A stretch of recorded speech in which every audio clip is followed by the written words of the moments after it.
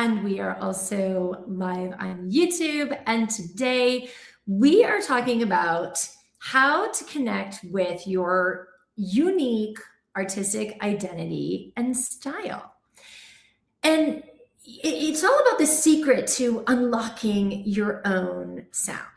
And I know so many of you struggle because you don't know how to tap into your own sound and all of what makes you a unique and original artist. So that's what we're talking about today. And there is a Shakespeare quote that I love, which is, "We are all born originals and we die copies," as Shakespeare. So if you struggle to have your performances and your voice stand out from the crowd, well, actually, I'm curious. Show of hands in the comments. How many of you feel like your performances and your voice just doesn't stand out? It doesn't matter. Like you have good technique. You understand, performance strategy and all that stuff. But for some reason, you just struggle to stand out from the competition. And do you fear that you just don't know how to tap into your own sound and all of what makes you an original artist? And so that's what we're talking about today. And I'm curious because a lot of this has to do with what we think we need to sound like or be like or look like. Like, do you feel pressure to be a certain way or look a certain way that maybe you feel like you don't in order to be successful? Like, show of hands, tell me in the chat. Does that ring true for you? You feel you have to look a certain way, sound a certain way, be a certain way in order to be a successful singer? Or maybe you feel really more specifically the pressure to have a specific kind of sound that you think you need to have in order to make it. Like you have to sound like this artist or that artist. Like, do you feel like you need to sing a specific genre in order to be successful because that's what's popular right now? And so all of this creates insecurity. Do you feel unsure of what makes you unique and special as an artist? Like, how many of you feel like you just don't know what your sound really is, what your special sauce, as I like to call it, really is? And so first things first, you've got to know who you are first. And so many of us think that we do, but we don't. We know who we want to be. We think we know who we need to be, but that's not actually who we are. And if you're putting it on and trying to be or look or sound like something that's not true to your voice, your unique voice, because you have a limiting belief that you're not enough and you've got to be something else, sound like something else to be successful, then odds are it is just going to sabotage you every step of the way. So vocally, what happens is you end up with tons of bad habits to manipulate your sound to sound a certain way, which just causes vocal fatigue and it can cause vocal injury. And it just doesn't sound good because it's not true to your unique instrument. It's not aligned with the sound that your unique God-given instrument is designed to make. And also, it sabotages your performances. So when you think you need to sound or be like something else, it can come off as awkward or trying too hard or just not really interesting because it's not really you or what's true for you or your sound. And guess what, guys? Audiences can smell that a mile away. They will come to one show and they won't come back because they can feel that awkwardness. They can feel how it's trying too hard, I'm getting over a cold. I'm going to take some tea. You can probably hear, but it's not going to stop me from making my point here, okay? And this is also how it can sabotage your career when you're trying to be or sound or look like something that you're not. It will sabotage your career, guys, because what the industry wants are originals, not more copies of what they already have. We already have an Adele. We already have a Chapel Rowan. If you're an opera singer, we have an Anna Netrebko. We have, a John Legend, a Josh Groban, you name it. We don't need more of these. Record labels and casting people, they are looking for the next original star, not a copy of what they already have. And I've got good news for you guys. Who you are is so much more interesting to people than who you want to be or who you think you need to be, because you are real. Audiences respond to real, even if it's a heightened sense of real. Like, think of Lady Gaga. You could really say she is all artifice. You know, did you guys see the Grammys this year? She did her performance. It looked like she was wearing a lampshade on her head. And you could say she's all artifice, but she's able to own that at such a hardcore level because it's a very real part of her. It's a very real part of who she is. And it would never land with audiences otherwise. You know, Lady Gaga's messaging, it's all about celebrating your weird and being unapologetically yourself, not caring what other people think. That is who she is. And she 100% walks the talk. And we feel that from her. So even though her performances are so heightened reality, it is still what is real because it is real for her. And that's why it lands.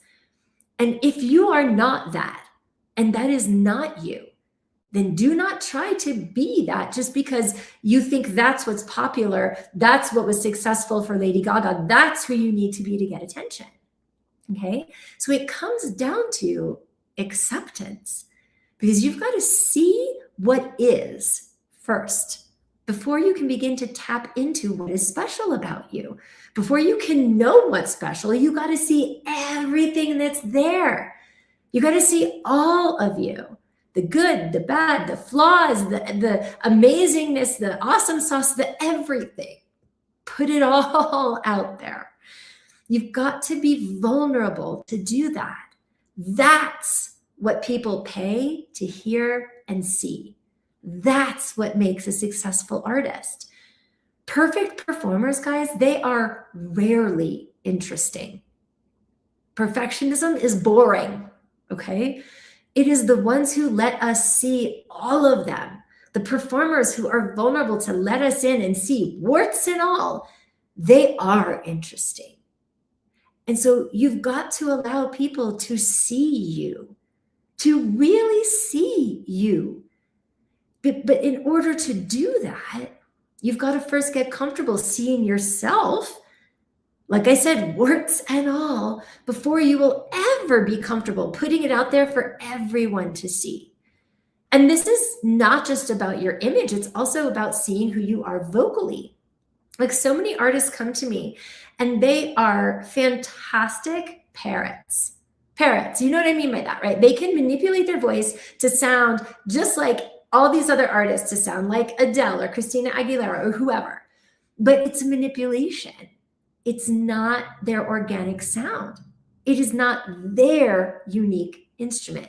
Also, then, it is not their healthiest sound, because they have to get all up in there and manipulate their voice to sound that way. And it gets them into trouble with vocal fatigue and vocal injury over time.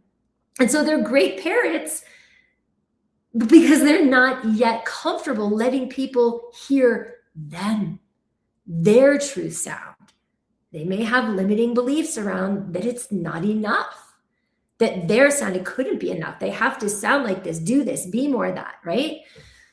And then they get into trouble. And so we got to work some serious acceptance and flip the script in their head so that they can allow themselves to take the mask off and be truly themselves when they sing and feel confident that it's enough. And so I have another singer I can share with you, an example of this, who has this very light, very beautiful, very pure sound. And she's a classical singer. She's an opera singer. And her instrument, no matter how much she wills it to be, is not built to sing like the big bombastic, Puccini repertoire. It's not. Her voice is lighter. It's built for Bach and Handel and Mozart. But she's got these limiting beliefs that she'll never have a career singing the Baroque repertoire that her voice was made to sing, because in her limited stinking thinking, there just aren't enough opportunities for her to have a big career. So what happened was she had been pushing herself into much heavier repertoire, Verdi and Traviata, because it's what she thinks she needs to sing to have a big career. It's been disastrous for her, disastrous. It has gotten her into so many bad technical habits because she's trying to fit a square peg into a round hole.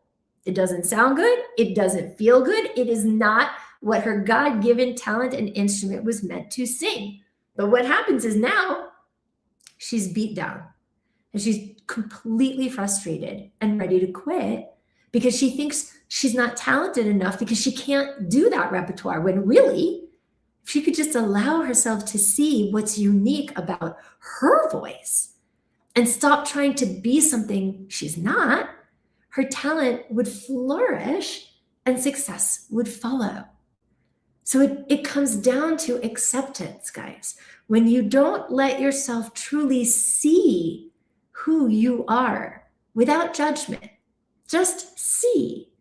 Like my singer who I was just telling you about, she wasn't letting herself see her gifts as they are without judgment. She was judging her gifts as not enough because of what her mind and her stinking thinking and the story she was telling herself around it not being enough for the big Verdi and Puccini and whatever. But like, she wasn't succeeding at that because she was not seeing truly what her voice is. And so when you don't let yourself do that, then you start doing things that are not aligned with your physical instrument, your talent, and what you really want, which is to make a big impact with your voice. And as soon as she started to, she came to work with us in our intensive training program. And as you guys know, if you follow my content, we do a ton of mindset work, not just technique work.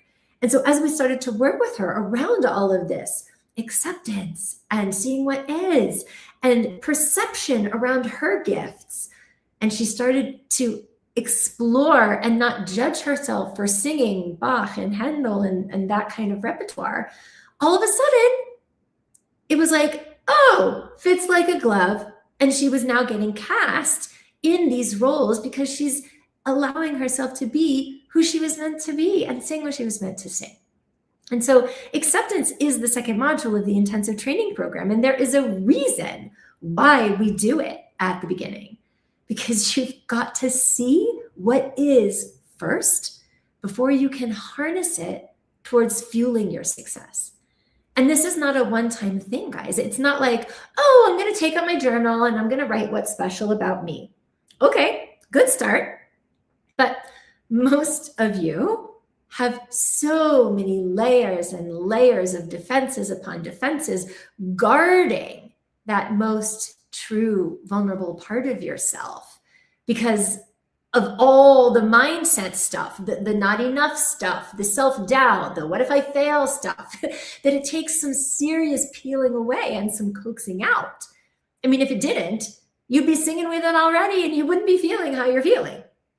So it's a process of self-discovery and artistic discovery that leads you to sing and perform in a way that is totally aligned with who you are and what your unique instrument is built to do.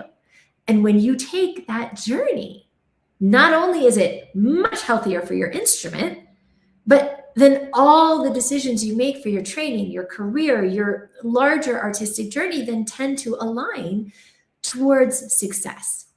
And that's what I want for you. That's why I guide singers into this work that merges the technical and the mindset, the thinking and the singing, because you need both. One is not enough. You need one to facilitate the other, because I've seen too many talented singers give up because they couldn't make it because they didn't have this foundation. Like Anne, the singer that I was telling you about a minute ago, she was ready to give up because she was singing all this rep that was not her. And she wasn't being successful about it because it's not what her instrument was built to do. And she thought it was just because she wasn't good enough, she wasn't talented enough, and she was ready to throw in the towel. Bad decision-making because of the stinking thinking. But I've seen too many singers fall into this trap because they couldn't make it because they didn't have the foundation of the mindset and the skill set working together. It's just too painful to know you have talent, that you've been given a gift, and know that you're not living the fullest expression of your talent and yet have no idea what to do to change that. It's too painful to know that you're doing everything that you know how to do and still not succeeding. But most of you don't know this because traditional training does not train holistically. And this is why most singers give up and then spend the rest of their lives in a very different pain of wondering how it could have been different, wondering what else they could have done to live their gifts, wondering what if they'd been able to stick with it and succeed. And life is too short, guys. It is too short not to live your passion and your purpose. Remember COVID? It feels like a long time ago now, but that was like a big fat reminder that we are not guaranteed a tomorrow. You got to do it now, okay? And you may feel a little overwhelmed right now listening to me talk about this to all of you because it can feel so big. It can feel too big to change, but I promise you, it is not. The singers that I work with in our intensive training program, they're doing this daily. So if you want my help to expedite your process, be that guide, help you to stop walking into the walls and falling into the potholes that you've done before, this is what this program is designed to do so that you get there more quickly and more gracefully with this work. I would be honored to have a conversation with you about it, to see if this really is the right fit and the right container for you to get to that elite level that you've been lacking. So I invite you to join me for a call. We're going to get on the phone. We're going to talk for about 45 minutes. We're going to talk about where you are, where you want to go, the big issues that are happening right now in your singing that are not where you want them to be. And I will tell you the step-by-step of how we get from A to Z, how we go from good to great. And if it feels aligned for you, then I'll show you how we do that. And we can talk about, if it's a fit for you to come work with us. And if it is, amazing. And if it's not, that's okay too. You will have some great information about what's available to you, and we can part friends. But if you've been lurking around this community for a while and you watch me invite people to come and have a call with me, and you're like, oh, I really want to do that, and you talk yourself out of it, get off the sidelines and get on my calendar. I'm going to put the link in the chat if you're watching on Facebook. If you're watching on YouTube, the link is in the video description copy. Here's the link in the chat if you're watching on Facebook. This is not a coaching call. This is not a call where we're going to be singing. This is a call where we're going to be talking about your journey up till now. And I'm going to help you unpack the things that have gotten you there, how we fix them. And then if you want my help to do that, then I'll show you what that looks like. Okay. All right, everybody, go forth and start to be intentional about noticing and accepting, meaning seeing what is around your unique instrument.